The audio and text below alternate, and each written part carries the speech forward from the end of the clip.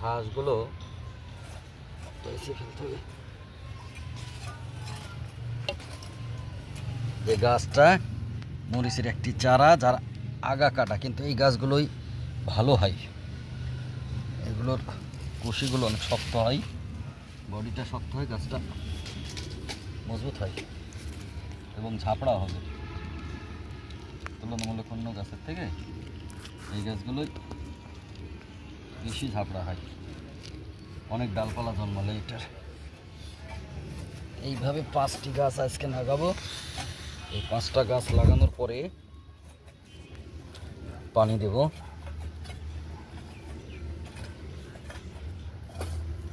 কি সাগর হচ্ছে তো দেখো ভালো করে? হ্যাঁ হচ্ছে। বিসমিল্লাহ বলেছেন? বিসমিল্লাহ তো অবশ্যই বলছি, বিসমিল্লাহ ছাড়া মুসলিমের আর কি আছে? প্রত্যেকটা কাজ শুরুর আগে অবশ্যই বিসমিল্লাহ বলতে হবে।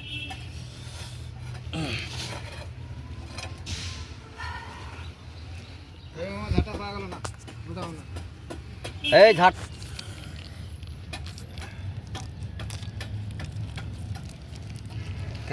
কাদাগুলো করে নরম হয়ে গেছে, পানি দিয়েছি তো।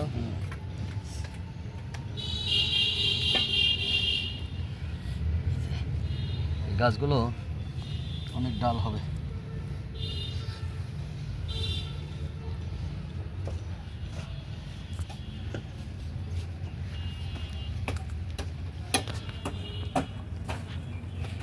গাছ তো আরো একটা আছে মনে হচ্ছে, 6টা গাছে।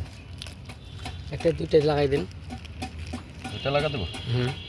একটা একটা করে দিলেই তো ভালো হয়। তাহলে ভালো খুঁজতে হবে।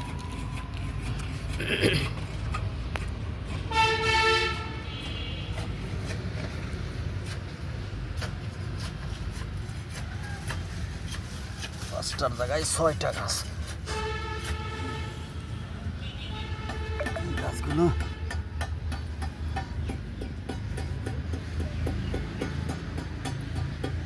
এই ঘাসগুলো পরে পরিষ্কার করবে। মরিচ না পেঁপে নাকি? মরিচ ভাই।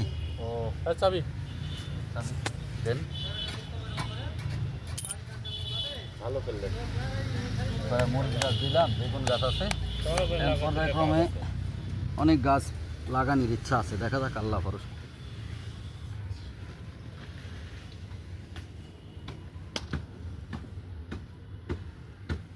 ঘাস টাস থাকে, এই ঘাসগুলোর কারণে এত জায়গা পড়ে থাকলে মানুষ কি করি, এমনি তো অভাব হবে মানুষের।